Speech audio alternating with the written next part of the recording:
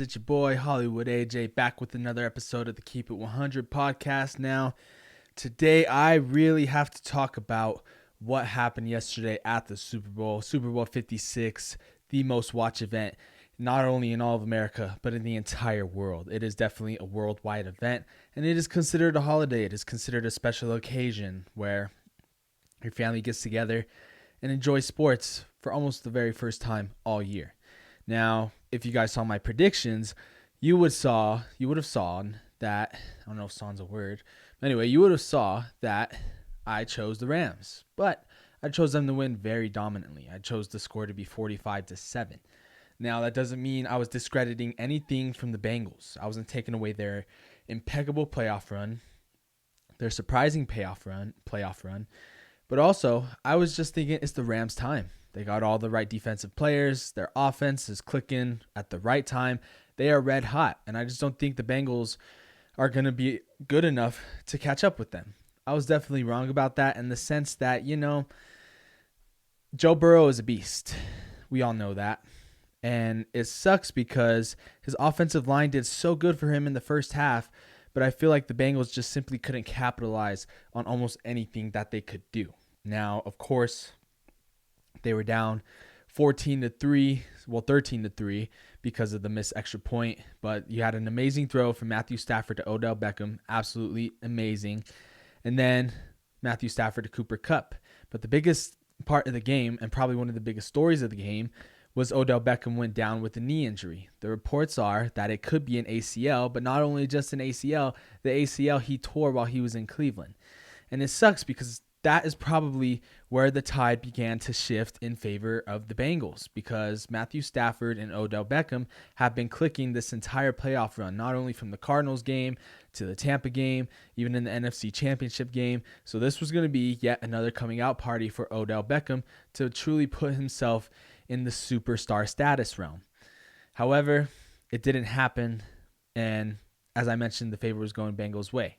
Halftime came. Talk about that later. First play out of halftime, Joe Burrow comes in, throws an absolute dime to Mickens. I think his name, Hickens or Mickens, one of the two. Throws an absolute dime, and I'm like, wow, that's absolutely crazy. We got ourselves a ball game. That made it 13-10. Not only that, but 13-7 because there was a touchdown before the half. Halftime went in 13-10 in favor of the Rams. You had Matthew Stafford throw that interception. Wasn't really his fault, more of a garbage time interception, even though there was 2 minutes left in the first half.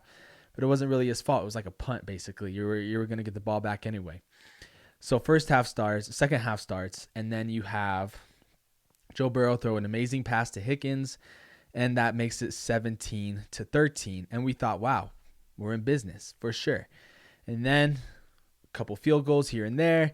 Then it became crunch time for Matthew Stafford. All right. It was 20-13, 20-16 was the favor of the Bengals with about a minute. I wouldn't say a minute, but like I said, it was crunch time.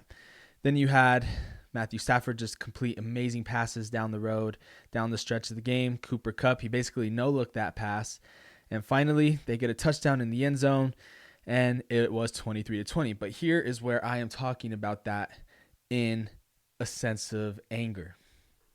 There was 2 plays in that second half, very controversial plays. The first one, I didn't think it was too controversial, but in the media's eyes and in the NFL's eyes, it was truly controversial. On the play where Joe Burrow threw the touchdown pass to Mickens was truly, as I mentioned, a shifting of the momentum of the game. And we had a so-called offensive pass interference where Mickens grabbed Jalen Ramsey's helmet and kind of tugged on it like that.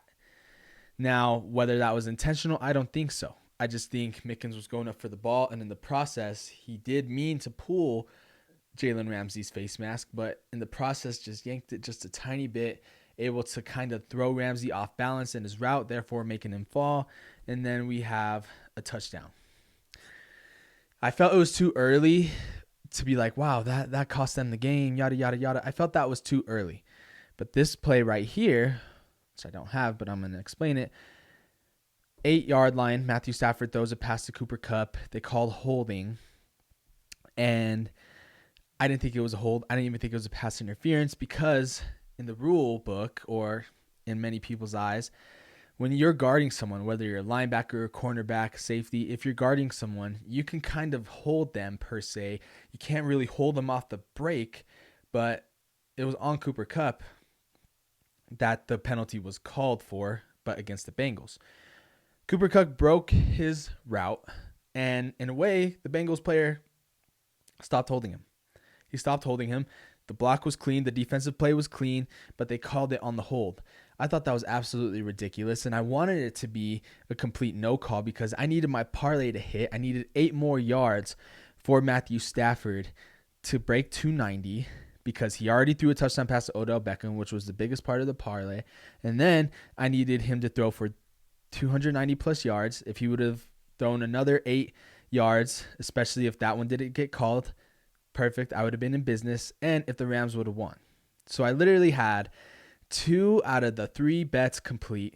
And the first 2 passes that Matthew Stafford threw from the 8-yard line were straight into the fucking grass. So all in all, Aaron Donald came away with the big stop as the Bengals had a minute 24 left in the game to go down and score, even a field goal.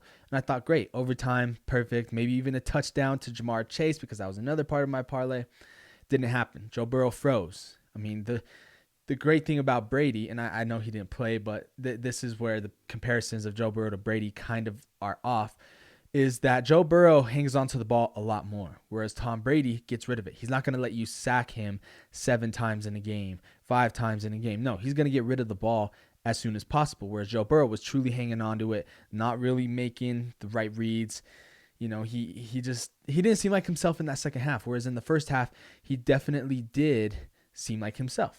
Now, it's very different because those are controversial plays, but the Bengals still had every chance in the world to go out and win that game. And they could have, but Aaron Donald proved his dominance on defense, as did Von Miller, former Bronco. Aaron Donald had 2 clutch stops on third and one, and fourth and one, was able to sack Joe Burrow. And the Bengals didn't seem like they really wanted it, because if they did, they would have put the nail in the coffin when they could have. So Rams are Super Bowl champs. Very happy for Odell. Very happy for all the Rams players involved that deserve the ring, like Eric Weddle. Von Miller definitely deserves a second ring, going from the Broncos, crazy franchise, to the Rams. You definitely deserve a ring like that. So Rams get it done. This is the most I've ever talked about of football on this YouTube channel, and I cannot wait for next season. I don't know who's going to be in the Super Bowl. I really don't, but I'll be tuning in and bringing you guys more football content, even some more skits in the near future.